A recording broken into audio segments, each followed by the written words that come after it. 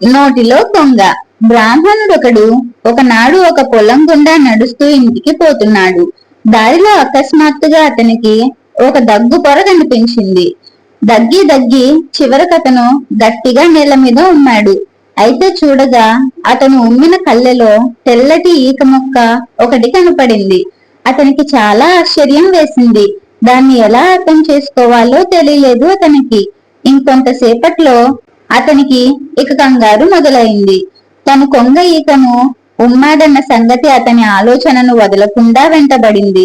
త్వరలో అది ఇక భరింపరానంత స్థాయికి చేరుకున్నది. ఇంటికి చేరుకోగానే అతను భార్యను పిలిచి, నన్ను ఒక సంగతి చాలా బాధిస్తున్నది. దాన్ని నేను ఎవరికో ఒకరికి చెప్పుకోవలసిందే, లేకపోతే నా తల పగిలిపోతుంది. నీకు నేను ఆ సంగతి చెప్తాను, అయితే దాన్ని ఇక వేరే ఎవ్వరికి చెప్పనని ముందు మాట ఇస్తావా అని అడిగాడు. ఓ, నిర్భయంగా చెప్పు, నేను ఒక చీమకి కూడా తెలియనివ్వనని ప్రమాణం చేసి మరీ చెప్తున్నాను అన్నది భార్య. అప్పుడు అతను నిశ్చింతగా తన ఒమ్ములో కనపడ్డ తెల్లటి ఈక గురించి చెప్పాడు భార్యకు.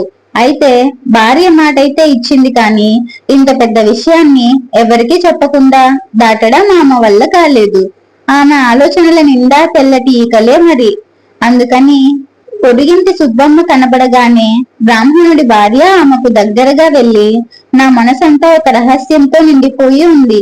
నేను ఆగలేకపోతున్నాను. నీకు ఆ రహస్యం చెప్పేస్తాను.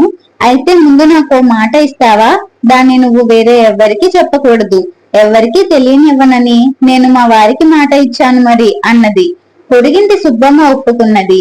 నేను రహస్యాలను ఎంత చక్కగా కాపాడుతానో నీకు తెలీదా? నేను చీమ కూడా తెలియనివ్వను, చెప్పు అన్నది ఆమె ఉత్సాహంగా. నువ్వెవ్వరికీ చెప్పవు. మా ఆయన ఇంటికి వస్తూ పొలాన్ని దాటుతుండగా ఏమైందో తెలుసా? ఆయన ఏమి ఉమ్మేశాడో తెలుసా?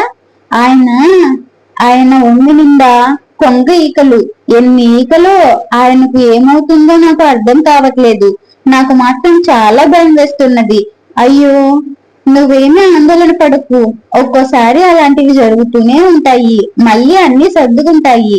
కానీ దాని గురించి ఎవ్వరికీ తెలియకపోవడమే మంచిది.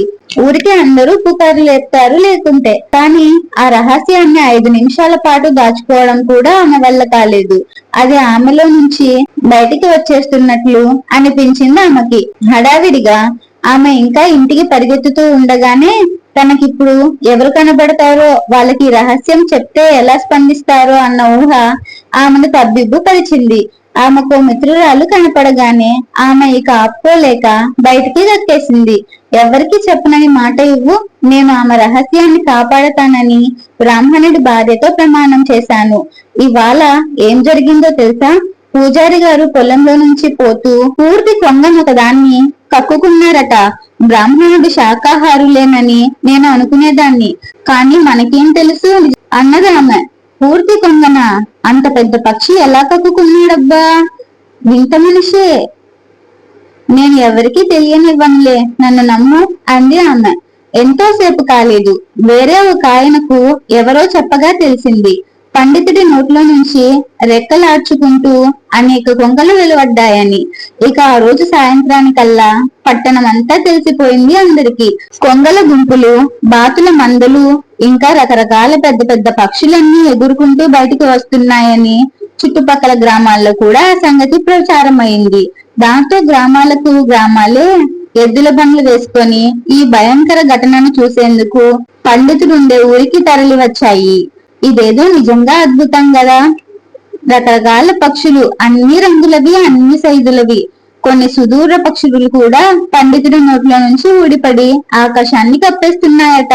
బ్రాహ్మణుడికి పిచ్చెక్కినట్లయింది.